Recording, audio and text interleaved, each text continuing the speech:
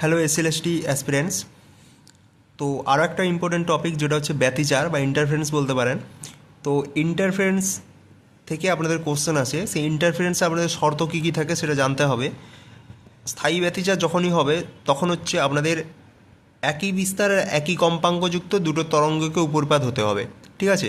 অর্থাৎ দুটো আপনাদের তরঙ্গ, তাদের বিস্তার কম্পাঙ্ক এগুলো সব সেম হবে এবং তারা উপরিপাতিত হলে তখন আমাদের ইন্টারফারেন্স বা ব্যতিচার সৃষ্টি হবে। এবার এটার জন্য আরও কিছু কিছু শর্ত আপনাদের লাগে স্থায়ী ব্যতিচারের জন্য। ফার্স্টেই বললাম আপনাদের যে এদের বিস্তার, বেগ, কম্পাঙ্ক এগুলো সব তো একই হবেই। এর থেকেও আরও একটা ইম্পর্টেন্ট জিনিস যেটা রয়েছে সেটা হচ্ছে যেই দুটো সোর্স থেকে এদের উৎপন্ন হচ্ছে তাদেরকে সুসংগত উৎস হতে হবে। সুসংগত উৎস মানে দুটা আপনাদের যে তরঙ্গ তাদের ফেজ কিন্তু সেম হবে, ঠিক আছে? একটা যদি ফেজ মানে দশা বলছি, একটার দশা যদি সামান্য পরিমাণে চেঞ্জও হয়ে যায় তাহলে অপরটারও কিন্তু দশা সেটা সেই পরিমাণে সেম হয়ে যাবে, যাতে আপনাদের তাদের যে ডিফারেন্সটা সেটা সবসময় সেম থাকে। অর্থাৎ দুটো আপনাদের তরঙ্গ তাদের যে দশা সেটা সবসময় আপনাদের একই থাকবে, এই জিনিসটা হতে হবে। এবার ব্যতিচারের ক্ষেত্রে দুটো হয় আপনাদের গঠনমূলক ব্যতিচার আর ধ্বংসাত্মক ব্যতিচার।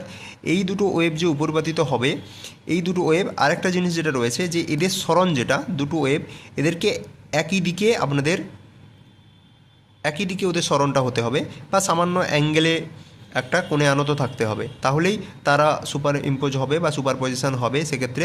আর গঠনমূলক ব্যতিচার যখন হবে তখন দুটো যে ওয়েভ রয়েছে তাদের যে অ্যাম্প্লিটিউড আছে সেটা আপনাদের যোগ হবে, অর্থাৎ লব্ধি বিস্তার তখন হয়ে যাবে 2a।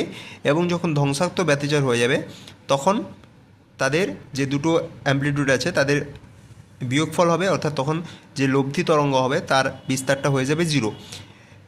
এখানে দুটোই এ রয়েছে কারণ দুটো যে ওয়েভ আছে তাদের শর্তই রয়েছে যে একই বিস্তার আপনাদের হতে হবে। সেক্ষেত্রে আপনাদের যখন গঠনমূলক ব্যতিচার হবে তার বিস্তার হবে 2a, ধ্বংসাত্মক ব্যতিচার যখন হবে তার বিস্তার হয়ে যাবে 0।